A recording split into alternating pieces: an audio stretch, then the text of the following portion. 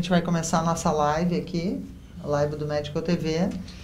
A live é sobre pensamentos positivos e o combate ao vírus.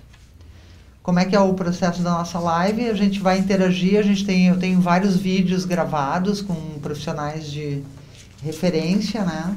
E a gente vai interagir, eu e o Ricardo Motter. Né? O Ricardo Motter é otorrinolaringologista, ele é um cientista também, né? Como todo médico, se não é, deveria ser um cientista, né? Estudar o tempo inteiro, buscar o conhecimento. E o Ricardo também é profissional do front, né? Porque ele continua atendendo em consultório e por ser otorrino é o primeiro lugar que as pessoas vão, né? Quando sente alguma coisa, uma gripe, muitas pessoas vão no otorrino, né? Eu acho que a gente poderia largar o primeiro vídeo, que vai ser do Dr. Vinícius Laim, que ele vai dar um depoimento de como ele passou pelo Covid. Ele pegou o Covid, veio um médico ele pegou numa reunião, tinha um médico, tinha vindo da Europa, não sabia, né, que tinha esse vírus, e na reunião ele pegou. Então ele vai contar pra gente como é que foi a experiência dele. Há aproximadamente 4 semanas atrás, eu me infectei por coronavírus. Atualmente eu sou diretor técnico do Hospital da Unimed. Na preparação do hospital, a partir da metade de janeiro, uma série de reuniões culminaram nisso. A minha infecção ela seguiu de 13 dias de bastante dor no corpo, dor de cabeça. Eu perdi a sensibilidade de cheirar, não sentia cheiro nenhum, alteração do gosto, muito pouca tosse e não tive febre. Tinha uma sensação de febre, mas media e nunca registrei febre. Esses 13 dias foi bastante difícil, porque a gente sabe que a grande maioria dos pacientes passam por sintomas leves, mas como foi um dia pior do que o outro, no terceiro dia de sintomas eu fiquei com bastante medo. Não se tinha protocolo ainda de nenhum tratamento específico, então eu tomei medicação sintomática e fiquei em casa. Fiquei 15 dias fechado em casa, em isolamento absoluto, eu e minha esposa. Não foi uma fase fácil. Não é uma doença simples, porque o medo que a coisa piore e a gente não tem controle sobre ela é muito grande. Hoje, a gente percebe que, passando bem pelos sintomas que eu tive, a gente percebe como é importante a gente estar junto. O hospital e todo mundo que trabalha com saúde, o que nos pega, o hospital é feito de pessoas. Por mais que a gente tenha estrutura hospitalar, são as pessoas de dentro do hospital que realmente importam. Então, é a capacidade que o paciente tem de olhar para qualquer profissional de saúde e ver a esperança ali. O que tira todo mundo de casa todos os dias de manhã é a esperança que passe logo tudo que a gente está vivendo. A gente não sabe o que vai acontecer nas próximas semanas. Os números indicam que a gente deve ter um aumento expressivo do número de casos, mas tudo por enquanto é estimativa. A esperança que cada um de vocês tem de sair de casa de manhã, deixar a família e vir ajudar outras pessoas estranhas é o que nos movimenta todos os dias. É o que me movimentou a voltar a trabalhar o mais precoce que eu pude e que também, de uma certa forma, pensava todos os dias para querer ficar bom e melhorar da maneira mais rápida possível. Não é fácil passar o que a gente está passando, a gente nunca imaginou que fosse passar por isso, mas eu peço que cada um tenha fé, que dias melhores vão vir e que a gente realmente vai enfrentar tudo isso da melhor maneira possível. Um forte abraço em todos vocês. É interessante esse caso porque, apesar de ser médico, né, o Dr. Vinícius tem um preparo excelente, né, na sua atividade, ele sofreu como paciente. Sofreu sintomas até leves da doença, que às vezes começa só com falta de percepção do olfato e do gosto. Uma tosse seca, por exemplo, nem teve febre, mas a questão do olfato é muito importante no Covid. É um sintoma que a gente deve valorizar bastante. Mas durante o período que ele teve que ficar recluso, ele passou por uma situação assim de fases da doença que tu começa a ter, tu dorme, mas tu não sabe como é que tu vai acordar, né? Tu tá muito bem na noite, com pouca febre, com um pouco mal-estar, mas talvez de manhã tu tenha falta de ar e vai ter que ir pro hospital. Às vezes, em alguns casos, evoluem bem os 7 primeiros dias, depois começam a ter complicações, né? Tipo o Boris Johnson, né? Lá na Inglaterra, ele teve que, já quase no 14º dia, ele teve que realmente ir para um hospital, e aí, claro, era um primeiro-ministro, ele teve toda a assistência até de UTI, que não precisou ser entubado, mas, quer dizer, a maioria dos casos vão ser casos leves, como o Dr. Vinícius, mas vai ter que passar toda a problemática da doença, né? Eu quero que o Everton ponha pra gente agora um depoimento que é incrível. Eu peguei o avião, me lembro que ao meu lado tinham 2 pessoas acima dos 60 anos que pareciam, e eles tossiam. Quando eu cheguei em Cancún, cheguei meio cansada, eram 10 da manhã, me lembro que o dia estava meio ventoso, e eu pensei, vou tirar esse dia inteiro para dormir, para me recuperar do jet lag, da troca dos aeroportos e tudo. Só que no outro dia eu continuei cansada. E no 3º dia eu continuei cansada. Eu vi que tinha alguma coisa estranha. E também o que me chamou a atenção é que eu tava num desses hotéis all inclusive, que tem vários restaurantes e muitas comidas boas e tudo, e nada me apetecia. E eu não tinha fome. E já no 3º dia eu comecei a sentir um calorão. Eu me lembro que eu tava num quarto que eram 2 camas de solteiro. E na madrugada eu suei tanto numa cama que ela chegou a ficar encharcada. E eu pulei pra outra cama e eu liguei pra recepção e perguntei se eles tinham um termômetro. Eles falaram, não tem termômetro, mas eu tenho um médico, posso te enviar um médico. E eu falei que sim, que eu gostaria. O médico chegou, tirou minha febre, meus sinais vitais e disse, tu tá com quase 42 de febre. Teu cérebro tá fritando, a gente vai ter que te levar pro hospital. E nisso eles chamaram uma ambulância e eu fui pro hospital. Chegando lá, eles fizeram tudo que é exame. H1N1 deu negativo, dengue, isso, aquilo. E ficaram durante uma noite e uma manhã acompanhando os meus sinais vitais. Nisso, esse hospital, eu tinha um seguro, né, de saúde que cobria outro hospital e não esse que eu tava. Então eu troquei e eu fui para outro hospital em Playa del Carmen. Chegando lá em Playa del Carmen, meus sinais vitais estavam piorando e eu fiquei 2 dias num quarto normal, até que o médico chegou para mim e me disse assim, olha, eu vou ter que te trocar pro 3º hospital, porque aqui a gente não tem um UTI, eu acho que eu vou ter que te entubar. Chegando neste hospital, Playa Med de Cancún, eles verificaram o meu estado e já me mandaram direto para UTI. Na UTI, eu já cheguei com muita falta de ar. Era uma sensação de afogamento. Puxava o ar e o ar não vinha. Eu puxava o ar e o ar não vinha. E aquilo estava me dando quase um ataque de pânico.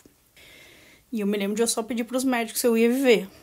Eu não me importava com mais nada, nem de ter de repente uma sequela, mas eu queria viver. Até que no 5º, 6º dia, minha respiração e minha saturação começaram a melhorar. E eu comecei a ficar muito melhor, muito melhor. No próximo dia eu já estava melhor. No 7º dia, o médico disse, vamos tirar tua máscara, vamos ver como é que tu passa esse dia sem a máscara. Foi aí que eu renasci. Que eu vi que eu estava voltando a respirar normalmente e que estava melhorando. E eu fico feliz em dar o meu depoimento, né, para as pessoas que meio que desdenham e que já estão relaxando no confinamento, entenderem que não são só pessoas mais velhas ou grupo de risco que pegam o Covid. Eu tenho 35 anos e eu peguei e passei o inferno. Os sintomas eram horríveis, a falta de ar era desesperadora, era como se afogar no mar. Então, não desdenhem. Ali nós estamos com um caso bem interessante, que um dos mitos do Covid-19 é que não pegava em pessoas jovens, né? Casos graves, né? Não tinha evolução para casos graves em pacientes jovens, né? E o que tem se visto, né, nos últimos tempos é que tem aparecido muitos jovens de 20, 30 anos apresentando o Covid e formas graves de manifestação, que são essas formas onde tem falta de ar, que tu tem basicamente um problema respiratório e precisa de uma ventilação mecânica, no caso uma UTI ou ventilador mecânico.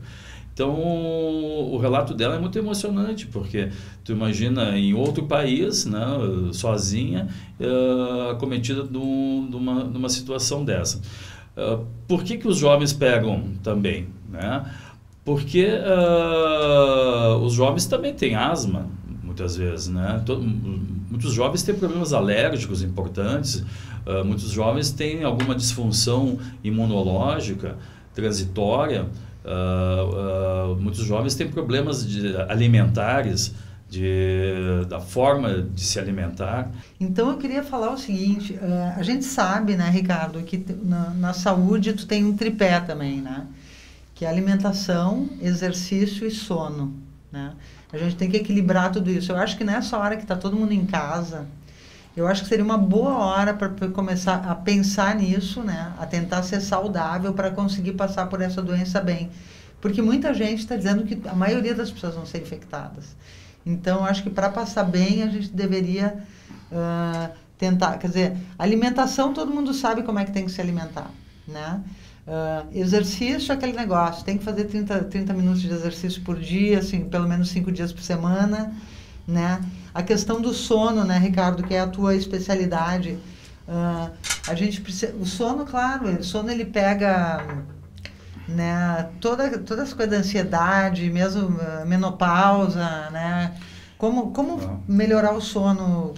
Basicamente são fatores que... biorritmo, né? O biorritmo é o quê? É rotina, né? Por exemplo, tu tem que ter... Quando tu está em isolamento, tu tem que ter uma rotina.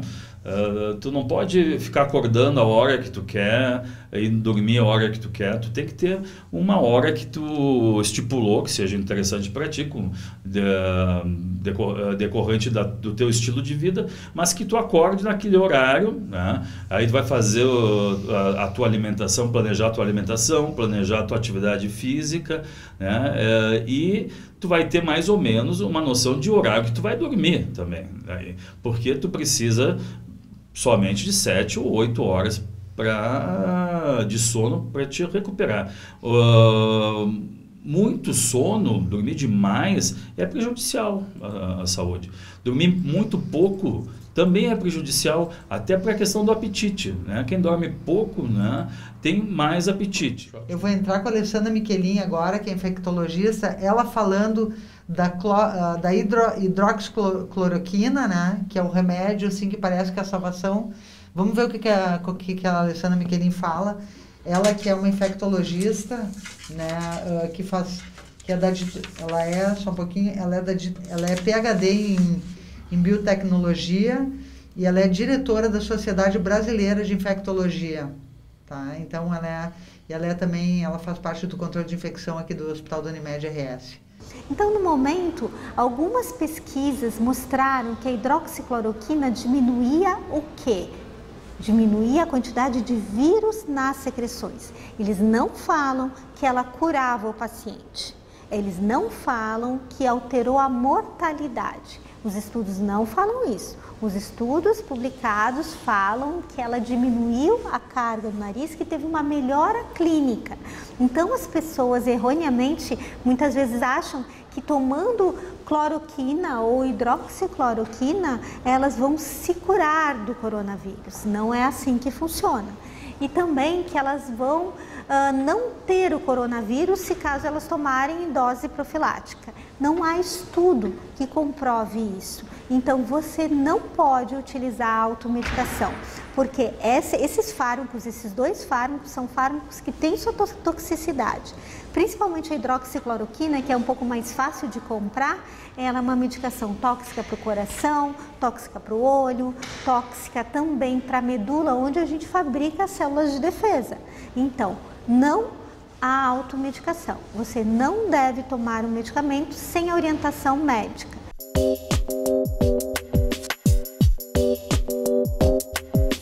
Isso, né? A gente tem que ser otimista e a gente é muito agradecido a toda essa equipe, né, da saúde que está no fronte da batalha, que está, sabe, lutando pela gente.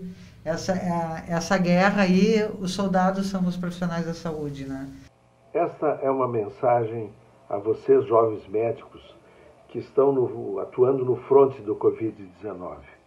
Esse é provavelmente o momento mais importante, mas também mais dramático da vida de um médico. Momento para honrar o juramento hipocrático e a história de tantos que nos antecederam.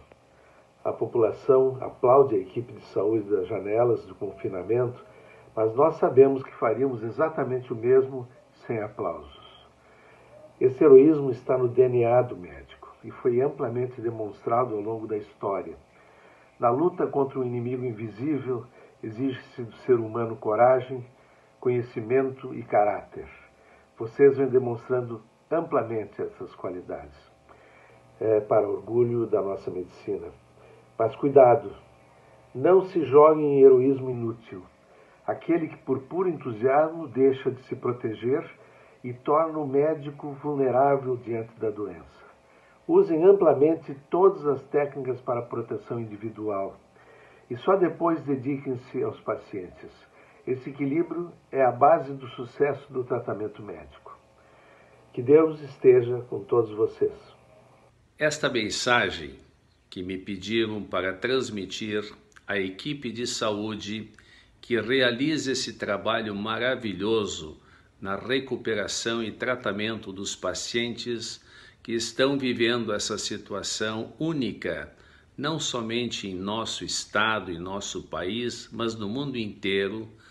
Trago esta mensagem como médico, como colega, como já ter vivenciado também em anos passados várias epidemias em nosso país. Não somente aqui, mas também tenho acompanhado em outros países, como na Alemanha, onde exerço atividade, na Itália, em Módena, onde passei por vários anos, vendo agora esses colegas trabalhando.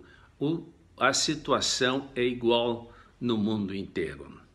E essa equipe dos médicos, dos enfermeiros, dos técnicos e dos anatomistas e também dos laboratoristas é um trabalho hercúleo. É um trabalho que leva a disciplina, o conhecimento, dando carinho e conforto aos nossos pacientes.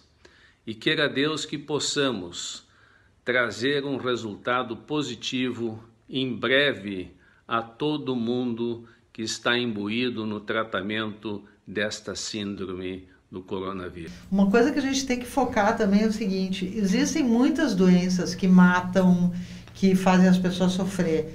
E isso parece que acabou, né? Nesse momento parece que acabou.